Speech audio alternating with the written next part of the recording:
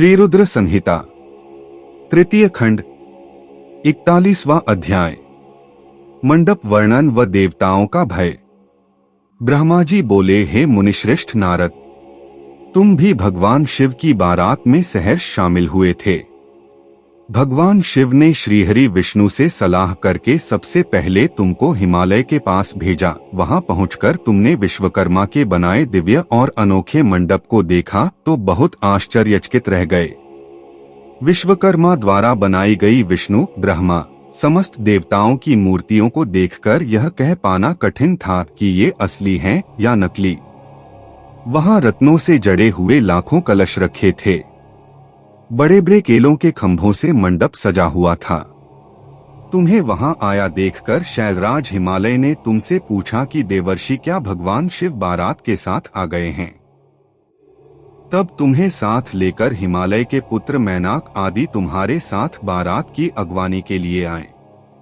तब मैंने और विष्णु जी ने भी तुमसे वहां के समाचार के बारे में पूछा। हमने तुमसे यह भी पूछा कि शैलराज हिमालय अपनी पुत्री पार्वती का विवाह भगवान शिव से करने के इच्छुक हैं या नहीं। कहीं उन्होंने अपना इरादा बदल तो नहीं दिया है। यह प्रश्न सुनकर आप मुझे विष्णु जी और देवराज इंद्र को एकांत स्थान पर ले गए और वहां जाकर तुमने वहां के बारे में बताना शुरू किया। तुमने कहा कि हे देवताओं, शैलराज हिमालय ने शिल्पी विश्वकर्मा से एक ऐसे मंडप की रचना करवाई है जिसमें आप सब देवताओं के जीते जागते चित्र लगे हुए हैं। उन्हें देखकर मैं तो अपनी सुध-बुध ही खो बैठा था। इसे देखकर मुझे यह लगता है कि गिरिराज आप सब लोगों को मोहित करना चाहते हैं। यह सुनकर देवराज इंद्र भय के मारे कांपने लगे और बोले, हे लक्ष्मीपति विष्णु जी, मैंने त्वष्टा के पुत्र को मार दिया था। कहीं उसी का बदला लेने के लिए मुझ पर विपत्ति न आ जाए। मुझे संदेह हो रहा है कि कहीं मैं वहां जाकर मारा न जाऊं। तब इंद्र के वचन सुनकर श्रीहरि विष्णु बोले कि इंद्र, मुझे भी यही लगता है कि वह मूर्ख हिमालय हमसे बदला लेना चाहता है, क्योंकि मेरी आज्ञा से ही तुमने पर्वतों के पंखों को काट दिया था। शायद यह बात आज तक उन्हें याद है और वे हम सब पर विजय पाना चाहते हैं, परंतु हमें डरना नहीं चाहिए। हमारे साथ तो स्वयं महादेव जी हैं, भला फिर हमें कैसा भय। हमें इस प्रकार गुपचुप बातें करते देखकर भगवान शिव ने लौकिक गति से हमसे बात की और पूछा, हे देवताओं, क्या बात है? मुझे स्पष्ट बता दो। शैलराज हिमालय मुझसे अपनी पुत्री पार्वती का विवाह करना चाहते हैं या नहीं? इस प्रकार यहाँ व्यर्थ बातें करते रहने से भला क्या लाभ? भगवान शिव के इन वचनों को सुनकर नारद तुम बोले, हे देवाधिदेव शिवजी, गिरिजानंदिनी पार्वती से आपका विवाह तो निश्चित है। उसमें भला कोई विघ्न बाधा कैसे आ सकती है? तभी तो शैलराज हिमालय ने अपने पुत्रों मैनाक आदि को मेरे साथ बारात की अगवानी के लिए यहाँ भेजा है। मेरी चिंता का कारण दूसरा है। प्रभु, आपने मुझे हिमालय के यहाँ बारात के आगमन की सूचना देने के लिए भेजा था। जब मैं वहां पहुंचा तो मैंने विश्वकर्मा द्वारा बनाए गए मंडप को देखा। शैलराज हिमालय ने देवताओं को मोहित करने के लिए एक अद्भुत और दिव्य मंडप की रचना कराई है। आपको यह जानकर आश्चर्य होगा कि वे सब इतने जीवंत हैं कि कोई भी उन्हें देखकर मोहित हुए बगैर नहीं रह सकता। उन चित्रों को देखकर ऐसा महसूस होता है कि वे अभी बोल पड़ेंगे। प्रभु, उस मंडप में श्रीहरि, ब्रह्मा जी, देवराज इंद्र सहित सभी देवताओं, ऋषि मुनियों सहित अनेक जानवरों और पशु पक्षियों के सुंदर व लुभावने चित्र बनाए गए हैं। यही नहीं, मंडप में आपकी और मेरी भी प्रतिमूर्ति बनी है, जिन्हें देखकर मुझे यह लगा कि आप सब लोग यहाँ न होकर वहीं हिमालय नगरी में पहुँच गए हैं। नारद, तुम्हारी बातें सुनकर भगवान शिव मुस्कुराए और देवताओं से बोले, आप सभी को भय की कोई आवश्यकता नहीं है। शैलराज हिमालय अपनी प्रिय पुत्री पार्वती हमें समर्पित कर रहे हैं। इसलिए उनकी माया हमारा क्या बिगाड़ सकती है। आप अपने भय को त्याग कर हिमालय नगरी की ओर प्रस्थान कीजिए। भगवान शिव की आज्ञा पाकर सभी बाराती भयमुक्त होकर उत्साह और प्रसन्नता के साथ पुनः नाचते गाते शिव बारात में चल दिए। शैलराज हिमालय के पुत्र मैनाक आगे आगे चल रहे थे और बाकी सभी उनका अनुसरण कर उनके पीछे पीछे चल रहे थे। इस प्रकार बारात हिमालयपुरी जा पहुंची। श्री रुद्र संहिता तृतीय खंड 42वां अध्याय। बारात की अगवानी और अभिनंदन। ब्रह्मा जी बोले, भगवान शिव अपनी विशाल बारात के साथ हिमालय पुत्रों के पीछे चलकर हिमालय नगरी पहुंच गए। जब गिरिराज हिमालय ने उनके आगमन का समाचार सुना तो वे प्रसन्नतापूर्वक भक्ति से ओतप्रोत होकर भगवान शिव के दर्शनों के लिए स्वयं आए। हिमालय का हृदय प्रेम की अधिकता के कारण द्रवित हो उठा था और वे अपने भाग्य को सराह रहे थे। हिमालय अपने साथी पर्वतों को साथ लेकर बारात की अगवानी के लिए पहुंचे। भगवान शंकर की बारात देखकर शैलराज हिमालय आश्चर्यचकित रह गए। तत्पश्चात देवता और पर्वत प्रसन्नतापूर्वक इस प्रकार एक दूसरे के गले लगे मानो पूर्व और पश्चिम के समुद्रों का मिलन हो रहा हो। सभी अपने को धन्य मान रहे थे। इसके बाद शैलराज महादेव जी के पास पहुंचे और दोनों हाथ जोड़कर उनको प्रणाम करके स्तुति करने लगे।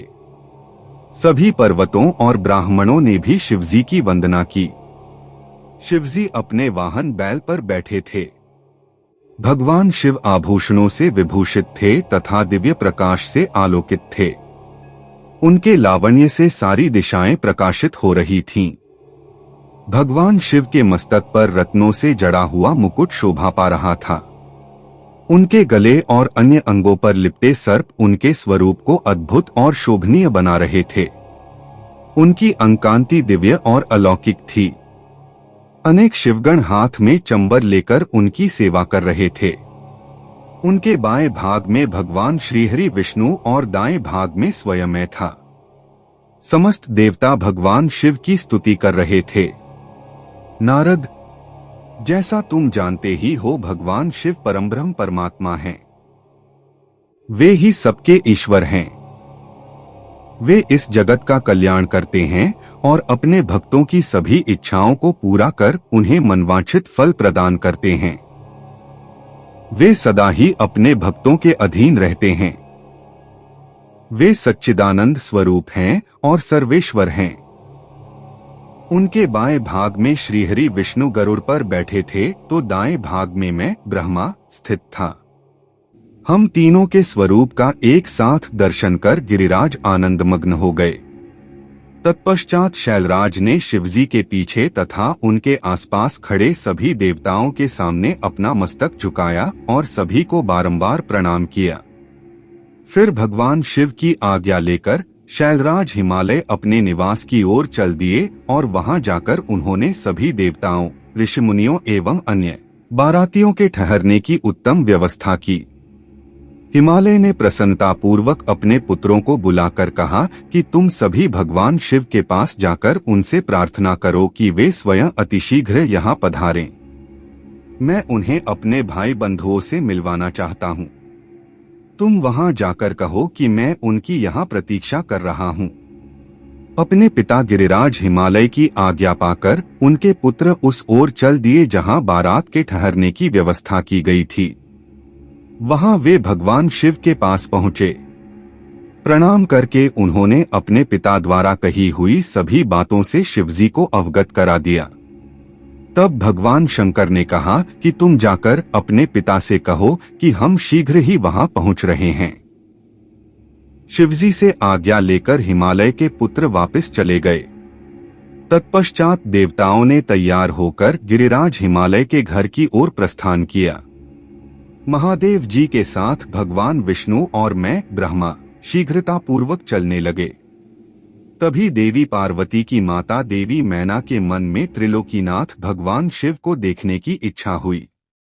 इसलिए देवी मैना ने तुमको संदेशा भेजकर अपने पास बुलवा लिया। भगवान शिव से प्रेरित होकर देवी मैना की हार्दिक इच्छा को पूरा करने के लिए आप वहां गए। श्री रुद्र संहिता तृतीय खंड 43वां अध्याय। शिवजी की अनुपम लीला। ब्रह्मा जी बोले, हे नारद, तुमको अपने सामने देखकर देवी मैना बहुत प्रसन्न हुई और तुम्हें प्रणाम करके बोली, हे मुनिश्रेष्ठ नारद जी, मैं भगवान शिव के इसी समय दर्शन करना चाहती हूँ। मैं देखना चाहती हूँ जिन शिवजी को पाने के लिए मेरी बेटी पार्वती ने घोर तपस्या की तथा अनेक कष्टों को भोगा, उन शिवजी का रूप कैसा है, वे कैसे दिखते हैं। यह कहकर तुमको साथ लेकर देवी मैना चंद्रशाला की ओर चल पड़ी। इधर भगवान शिव भी मैना के इस अभिमान को समझ गए और मुझसे व विष्णु जी से बोले कि तुम सब देवताओं को अपने साथ लेकर गिरिराज हिमालय के घर पहुंचो। मैं भी अपने गणों के साथ पीछे पीछे आ रहा हूं। भगवान विष्णु ने इसे भगवान शिव की आज्ञा माना और सब देवताओं को बुलाकर उनकी आज्ञा का पालन करते हुए शैलराज के घर की ओर प्रस्थान किया। देवी मैना तुम्हारे साथ अपने भवन के सबसे ऊंचे स्थान पर जाकर खड़ी हो गईं। तब देवताओं की सजी सजाई सेना को देखकर मैना बहुत प्रसन्न हुई। बारात में सबसे आगे सुंदर वस्त्रों एवं आभूषणों से सजे हुए गंधर्व गण अपने वाहनों पर सवार होकर बाजे बजाते और नृत्य करते हुए आ रहे थे।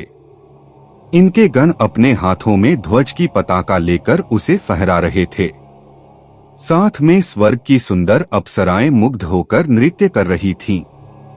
उनके पीछे वसु आ रहे थे। फिर मणिग्रीवादी यक्ष, यमराज, निरृति, वरुण, वायु, कुबेर, ईशान, देवराज, इंद्र, चंद्रमा, सूर्य, भृगु आदि देव व मुनीश्वर एक से एक सुंदर और मनोहारी रूप के स्वामी थे और सर्वगुण संपन्न जान पड़ते थे। उन्हें देखकर नारद वह तुमसे यही प्रश्न करती कि क्या ये ही शिव, तब तुम मुस्कुराकर यह उत्तर देते कि नहीं, ये भगवान शिव के सेवक हैं। देवी मैना यह सुनकर हर्ष से विभोर हो जात कि जब उनके सेवक इतने सुंदर और वैभवशाली हैं तो वे स्वयं कितने रूपवान और ऐश्वर्य संपन्न होंगे। उधर दूसरी ओर भगवान शिव जो कि सर्वेश्वर हैं, उनसे भला जगत की कोई बात कैसे छिप सकती है। वे देवी मैना के हृदय की बात तुरंत जान गए और मन ही मन उन्होंने उनके मन में उत्पन्न अहंकार का नाश करने का निश्चय कर लिया। तभी वहां से जहां मैना और नारद तुम खड़े हुए थे, श्रीहरि विष्णु पधारे। उनकी कांति के सामने चंद्रमा की कांति भी फीकी पड़ जाती है। वे जलंधर के समान श्याम तथा चार भुजाधारी थे और उन्होंने पीले वस्त्र पहन रखे थे। उनके नेत्र कमल दल के समान सुंदर व प्रकाशित हो रहे थे। वे गरुड़ पर विराजमान थे। शंख चक्र आदि उनकी शोभा में वृद्धि कर रहे थे। उनके सिर पर मुकुट जगमगा रहा था और वक्ष स्थल में श्रीवत्स का चिन्ह था। उनका सौंदर्य अप्रतिम तथा देखने वाले को मंत्रमुग्ध करने वाला था। उन्हें देखकर देवी मैना के हर्ष की कोई सीमा न रही और वे तुमसे बोली कि जरूर ये ही मेरी पार्वती के पति भगवान शिव होंगे। नारद जी, देवी मैना के वचनों को सुनकर आप मुस्कुराए और उनसे बोले कि देवी, ये आपकी पुत्री पार्वती के होने वाले पति भगवान शिव नहीं बल्कि क्षीरसागर के स्वामी और जगत के पालक श्रीहरि विष्णु हैं। ये भगवान शिव के प्रिय हैं और उनके कार्यों के अधिकारी भी हैं। हे देवी, गिरिजा के पति भगवान शिव तो संपूर्ण ब्रह्मांड के अधिकारी हैं। वे सर्वेश्वर हैं और वही परम ब्रह्मा परमात्मा हैं। वे विष्णु जी से भी बढ़कर हैं। तुम्हारी ये बातें सुनकर मैना शिवजी के बारे में बहुत कुछ सोचने लगी कि मेरी पुत्री बहुत भाग्यशाली और सौभाग्यवती है, जिसे धन वैभव और सर्वशक्ति संपन्न वर मिला है। यह सोचकर उनका हृदय हर्ष से प्रफुल्लित हो रहा था। वे शिवजी को दामाद के रूप में पाकर अपने कुल का भाग्योदय मान रही थीं। वे कह रही थीं कि पार्वती को जन्म देकर मैं धन्य हो गई। मेरे पति गिरिराज हिमालय भी धन्य हो गए। मैंने अनेक तेजस्वी देवताओं के दर्शन किए, इन सभी के द्वारा पूज्य और इन सबके अधिपति मेरी पुत्री पार्वती के पति हैं, फिर तो मेरा भाग्य सर्वथा सराहने योग्य है। इस प्रकार मैना अभिमान में आकर जब यह सब कह रही थी, उसी समय उसका अभिमान दूर करने के लिए अपने अद्भुत रूप वाले गणों को आगे करके शिवजी भी आगे बढ़ने लगे। भगवान शिव के सभी गण मैना के अहंकार और अभिमान का नाश करने वाले थे। भूत प्रेत पिशाच आदि अत्यंत कुरूप गणों की सेना सामने से आ रही थी। उनमें से कई बवंडर का रूप धारण किए थे। किसी की टेढ़ी सूंड थी, किसी के होंठ लंबे थे, किसी के चेहरे पर सिर्फ दाढ़ी मूंछें ही दिखाई देती थीं, किसी के सिर पर बाल नहीं थे तो किसी के सिर पर बालों का घना जंगल था।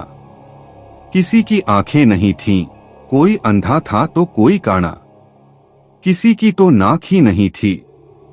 कोई हाथों में बड़े भारी भारी मुद्गर लिए था तो कोई औंधा होकर चल रहा था, कोई वाहन पर उल्टा होकर बैठा हुआ था। उनमें कितने ही लंगड़े थे, किसी ने दंड और पाश ले रखे थे। सभी शिवगण अत्यंत कुरूप और विकराल दिखाई देते थे। कोई सींग बजा रहा था, कोई डमरू तो कोई गोमुख को बजाता हुआ आगे बढ़ रहा था। उनमें किसी का सिर नहीं था तो किसी के धड़ का पता नहीं चल रहा था, तो किसी के अनेकों मुख थे। किसी के चेहरे पर अनगिनत आंखें लगी थीं तो किसी के अनेकों पैर थे। किसी के हाथ नहीं थे तो किसी के अनेकों कान थे, तो किसी के अनेकों सिर थे। सभी शिवगणों ने अचंभित करने वाली वेशभूषा धारण की हुई थी। कोई आकार में बहुत बड़ा था तो कोई बहुत छोटा था। वे देखने में बहुत ही भयंकर लग रहे थे। उनकी लंबी चौड़ी विशाल सेना मदमस्त होकर नाचते गाते हुए आगे बढ़ रही थी। तभी तुमने अंगुली के इशारे से शिवगणों को दिखाते हुए देवी मैना से कहा कि दर्शन करना। देवी, पहले आप भगवान शिव के गणों को देख लें। तत्पश्चात महादेव जी भूत प्रेतों की इतनी बड़ी सेना को देखकर देवी मैना भय से कांपने लगी।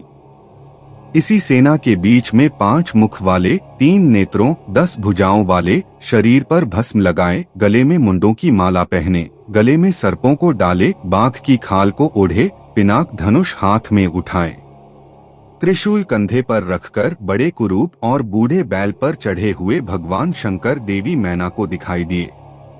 उनके सिर पर जटाजूट थी और आंखें भयंकर लाल थीं। नारद, तभी तुमने मैना को बताया कि वे ही भगवान शिव हैं।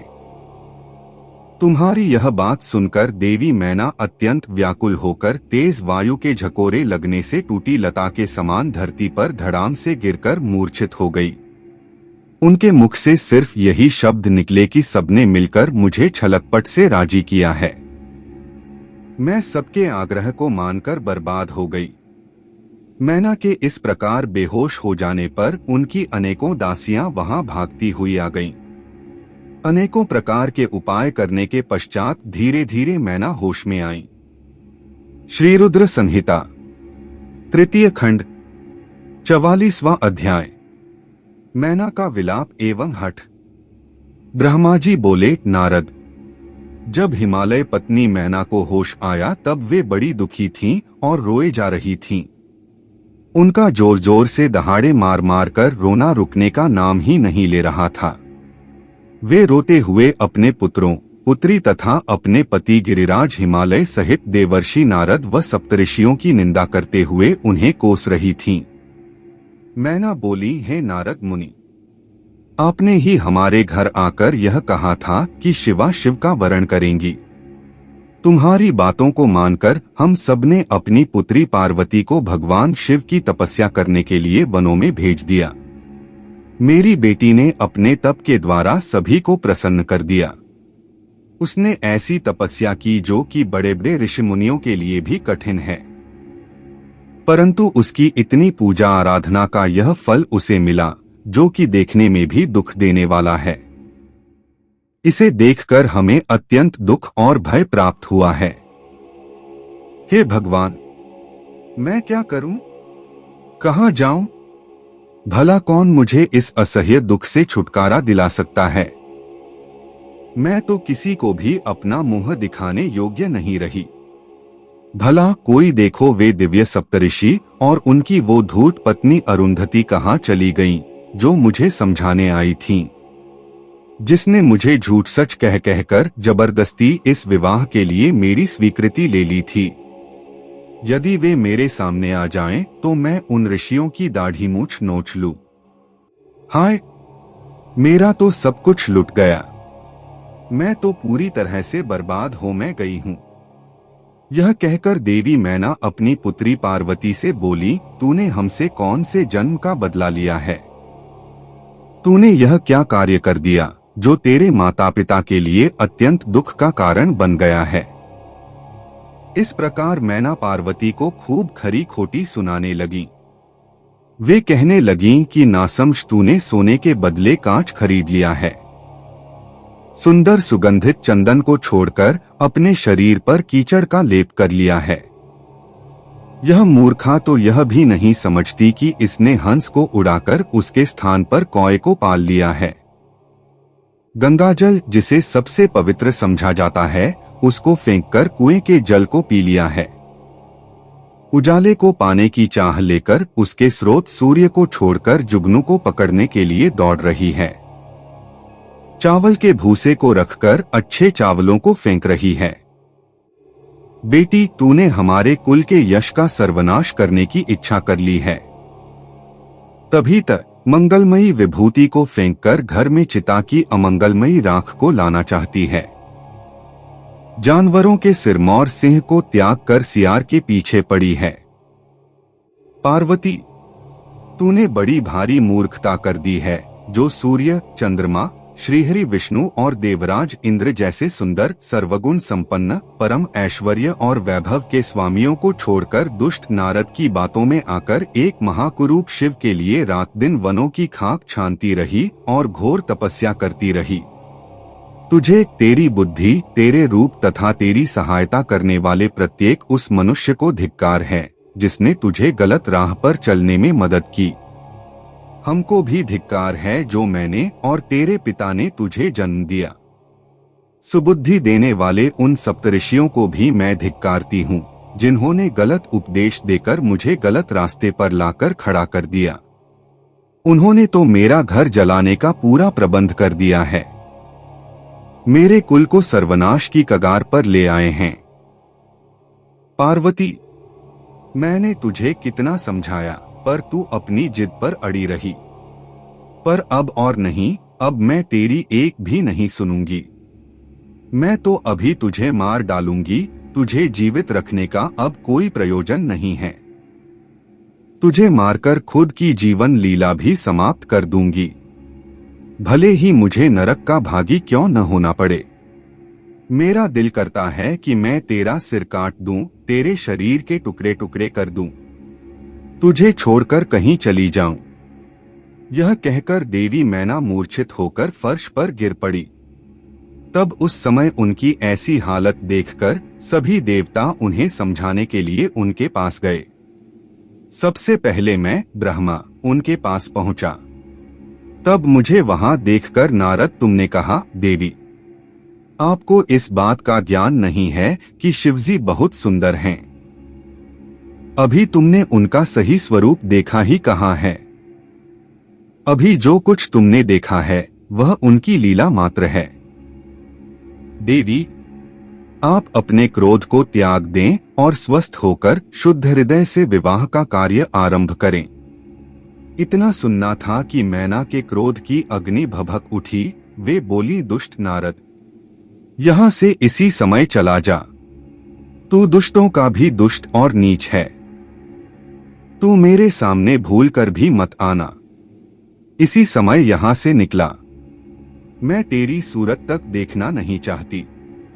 मैना के ये वचन सुनकर इंद्रादि देवता दौड़कर वहां चले आए और बोले, हे पितरों की कन्या मैना, भगवान शिव तो इस समस्त चराचर जगत के स्वामी हैं। वे तो सबको सुख देने वाले तथा सबको मनोवांछित वर देने वाले सर्वेश्वर हैं। वे तो भक्त वत्सल हैं और सदा ही अपने भक्तों के अधीन रहते हैं। आपकी पुत्री पार्वती ने कठिन तप करके भगवान शिव को प्रसन्न किया है तथा वरदान के रूप में उनको अपना पति होने का वर प्राप्त किया है। तभी तो आज वे अपने दिए वरदान को पूरा करने के लिए, उनका पाणिग्रहण करने के लिए यहाँ पधारे हैं। यह सुनकर मैना और अधिक रोने लगी और बोली, शिव तो बहुत भयंकर हैं। मैं अपनी पुत्री पार्वती कदापि उन्हें नहीं दूंगी। आप सब देवता क्यों ये षड्यंत्र रच रहे हैं? आप मेरी प्राणप्रिय फूलों के समान कोमल पुत्री को क्यों इन भूत प्रेतों के हवाले करना चाहते हैं? इस प्रकार देवी मैना सब देवताओं पर क्रोधित होकर उन्हें फटकारने लगी। जब वशिष्ठ आदि सप्तऋषियों ने देवी मैना के इस प्रकार के वचन सुने तो वे भी मैना को समझाने के लिए उनके निकट आ गए। तब वे बोले, हे पितरों की कन्या मैना, हम तो तुम्हारा कार्य सिद्ध करने के लिए यहाँ आए हैं। भगवान शिव का दर्शन तो सभी पापों का नाश करने वाला है और यहाँ तो वे स्वयं आपके घर पधारे हैं। इस बात को सुनकर भी देवी मैना को कोई संतोष नहीं हुआ। उनका क्रोध यथावत रहा तथा उन्होंने फिर कहा कि मैं पार्वती के टुकड़े टुकड़े कर दूंगी, परंतु उसको शिव के साथ नहीं भेजूंगी। दूसरी ओर देवी मैना के इस व्यवहार से चारों ओर हाहाकार मच गया। जब शैलराज हिमालय को मैना के इस व्यवहार की सूचना मिली तो वे फौरन दौड़ते हुए अपनी पत्नी के पास आए और बोले, हे प्रिय, तुम इतनी क्रोधित क्यों हो रही हो? देखो हमारे घर में कौन कौन से महात्मा पधारे हैं से और तुम इनका अपमान कर रही हो। तुम भगवान शंकर के भयानक रूप को देखकर भयभीत हो गई हो। देवी, वे तो सर्वेश्वर हैं। भय करना छोड़कर उनके मंगलमय रूप का दर्शन करो। विवाह के शुभ कार्यों का शुभारंभ करो। अपने हठ को छोड़ो और क्रोध का त्याग कर शिव पार्वती विवाह के मंगलमय कार्यों को संपन्न करो।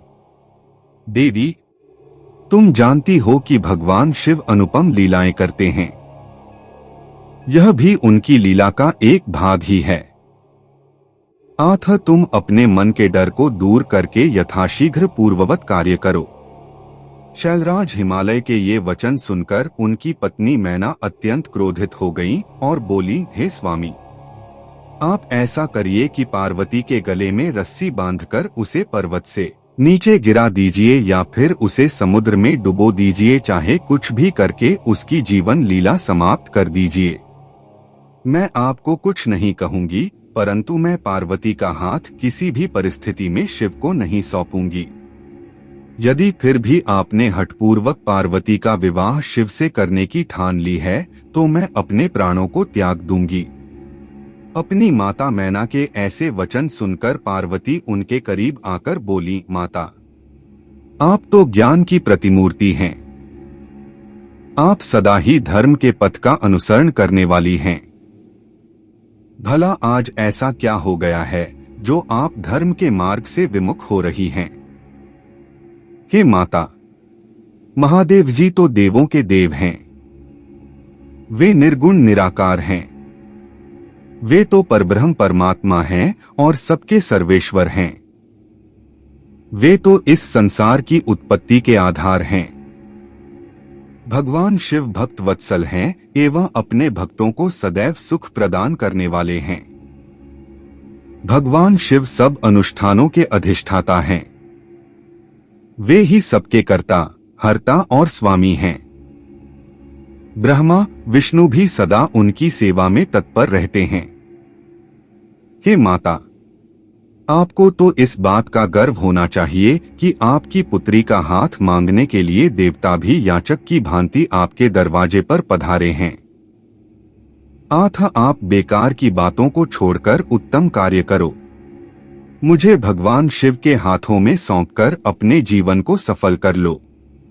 माता, मेरी छोटी सी विनती स्वीकार कर लो और मुझे भगवान शिव के चरणों में उनकी सेवा के लिए समर्पित कर दो। माँ, मैंने मन, वाणी और क्रिया द्वारा भगवान शिव को अपना पति मान लिया है। अब मैं किसी और का वरण नहीं कर सकती। मैं सिर्फ महादेव जी का ही स्मरण करती हूँ। उन्हें पति रूप में पाने की इच्छा लेकर ही मैंने अपने जिंदगी के इतने वर्ष बिताए हैं। भला आज मैं कैसे अपने वचन से पीछे हट जाऊं?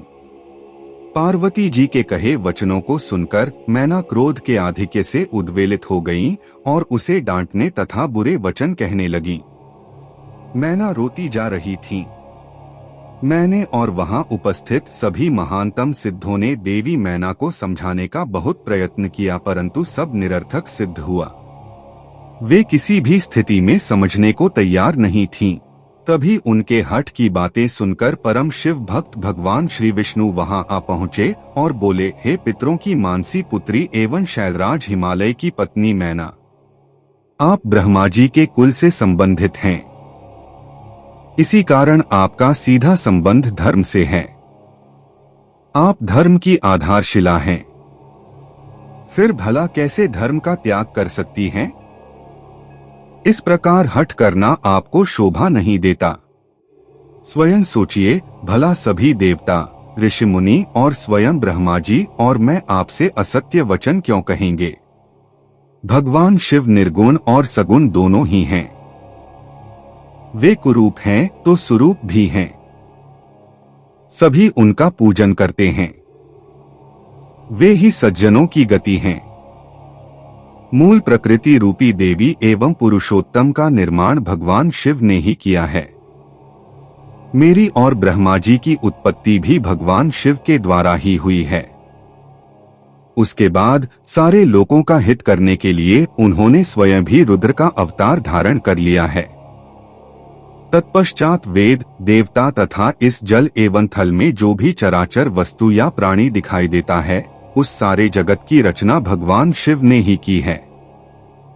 हे देवी, कोई भी उनके रूप को नहीं जानता है और नहीं जान सकता है। यहाँ तक कि मैं और ब्रह्मा जी भी उनकी समस्त लीलाओं को आज तक नहीं जान पाए हैं। इस संसार में जो कुछ भी विद्यमान है वह भगवान शिव का ही स्वरूप है। यह तो भगवान शिव की ही माया है जो वे स्वयं आपको अपना रूप इस प्रकार दिखा रहे हैं।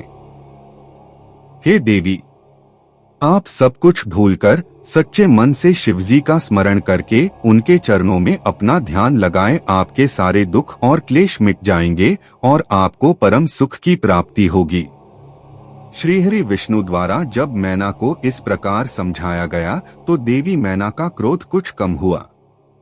वस्तुतः शिवजी की माया से मोहित होने के कारण ही वे यह सब कर रही थीं। कुछ शांत होने पर उन्होंने कुछ देर मन में विचार किया। तत्पश्चात मैना श्रीहरि विष्णु जी से बोली, प्रभु, मैं आपकी हर बात समझ गई हूँ। मैं यह भी जानती हूँ कि भगवान शिव सर्वेश्वर हैं और इस जगत के कण कण में व्याप्त हैं। मैं आपकी इच्छानुसार भगवान शिव को अपनी पुत्री सौंप सकती हूँ, पर मेरी एक शर्त है। तब विष्णु जी के आग्रह करने पर देवी मैना ने कहा, यदि महादेव जी सुंदर शरीर धारण कर लें तो मैं सहर्ष अपनी पुत्री पार्वती का विवाह उनसे कर दूंगी। ऐसा कहकर देवी मैना चुप हो गईं। धन्य है भक्त वत्सल त्रिलोकीनाथ, भगवान शिव की माया जो सबको मोह में डालने वाली है। श्री रुद्र संहिता, तृतीय खंड, 45वां अध्याय। शिव का सुंदर व दिव्य स्वरूप दर्शन। ब्रह्मा जी बोले, हे नारद, उस समय जब देवी मैना ने विष्णु जी के सामने इस प्रकार की शर्त रखी, तब मैंने तुमको भगवान शिव के पास जाने का आदेश दिया। तुमने वहां जाकर उनकी स्तुति की और उन्हें संतुष्ट किया। तब तुम्हारी बात मानकर तथा देवताओं का कार्य सिद्ध करने की इच्छा से भगवान शिव ने प्रसन्नतापूर्वक अद्भुत, उत्तम और दिव्य रूप धारण कर लिया। उस समय भगवान शिव कामदेव से अधिक रूपवान लग रहे थे। उनके सुंदर रूपलावण्य को देखकर तुम प्रसन्न होते हुए तुरंत देवी मैना के पास उन्हें यह शुभ समाचार देने के लिए चले गए। वहां पहुंचकर जहां देवी मैना बैठी थीं, उन्हें देखकर तुम बोले, हे शैलराज की पत्नी और पार्वती की माता मैना, आप चलकर स्वयं भगवान शिव के सुंदर और मनोहारी रूप का दर्शन करें। यह समाचार पाकर देवी मैना की प्रसन्नता की कोई सीमा न रही। वे आपको अपने साथ लेकर भगवान शिव के दर्शन करने के लिए गईं। वहां पहुंचकर मैना ने भगवान शिव के परम आनंददायक सुंदर रूप के दर्शन किए। शिवजी का मुखारविंद करोड़ों सूर्यों के समान तेजस्वी, सुंदर एवं दिव्य था। उनके विशाल मस्तक पर चंद्रमा सुशोभित था। सूर्य ने उनके सिर पर छत्र धारण कर रखा था। भगवान शिव प्रसन्न मुद्रा में थे। वे ललित लावण्य से युक्त मनोहर गौरवर्ण चंद्रलेखा से अलंकृत होकर बिजली की भांति चमक रहे थे।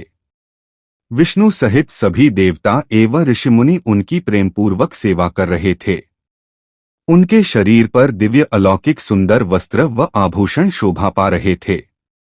गंगा और यमुना चंबर झुला रही थीं और अणिमा आदि आठों सिद्धियां मुग्ध होकर नाच गा रही थीं। इस प्रकार भगवान शंकर सुंदर व दिव्य रूप धारण करके बारात लेकर हिमालय के घर की ओर आ रहे थे। उनके साथ साथ में विष्णुजी तथा देवराज इंद्र भी विभूषित होकर चल रहे थे। उनके पीछे पीछे सुंदर एवं अनेकों रूपों वाले गण सिद्ध मुनि व समस्त देवता जय जयकार करते हुए चल रहे थे। समस्त देवता इस विवाह को देखने के लिए बड़े ही उत्कंठित थे और अपने परिवार के साथ शिवजी के विवाह में सम्मिलित होने के लिए आए थे। विश्ववसु आदि गंधर्व व सुंदर अप्सराएं भगवान शिव के यश का गान करते हुए चल रहे थे। भगवान शिव के गिरिराज हिमालय के द्वार पर पधारते ही वहां महान उत्सव होने लगा। उस समय महादेव जी की शोभा अद्भुत व निराली थी। उनका सुंदर विलक्षण रूप देखकर पल भर के लिए मैना चित्रलिखित सी होकर रह गई। फिर प्रसन्नतापूर्वक बोली, हे देवाधिदेव महेश्वर शिवजी, मेरी पुत्री पार्वती धन्य है जिसने घोर तपस्या करके आपको प्रसन्न किया।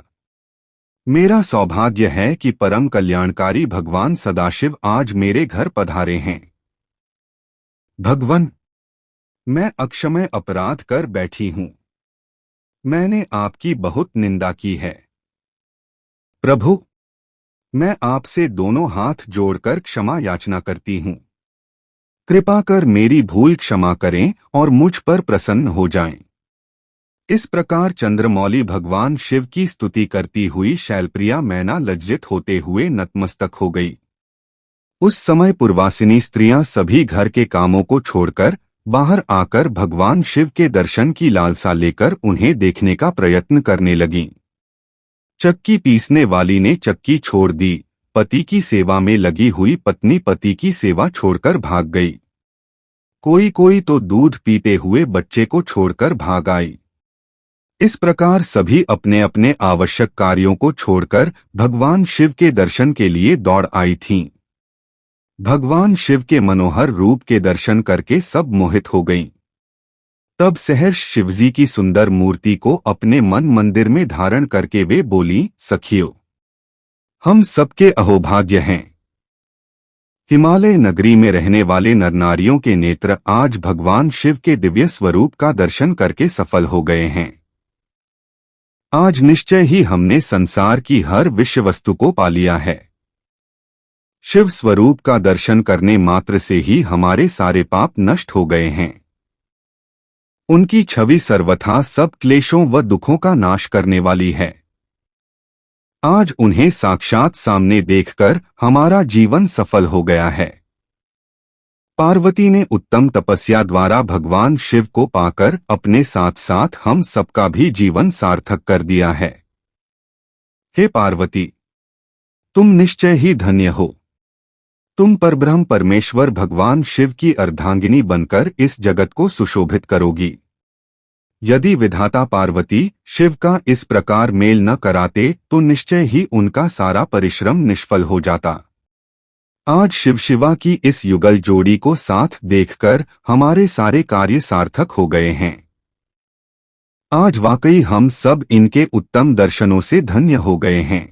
इस प्रकार कहकर वे पूर्वासिनी स्त्रियां अक्षत, कुमकुम और चंदन से शिवजी का पूजन करने लगीं तथा प्रसन्नतापूर्वक उन पर खीलों की वर्षा करने लगीं। वे स्त्रियां देवी मैना के पास खड़ी होकर उनके भाग्य और कुल की सराहना करने लगीं।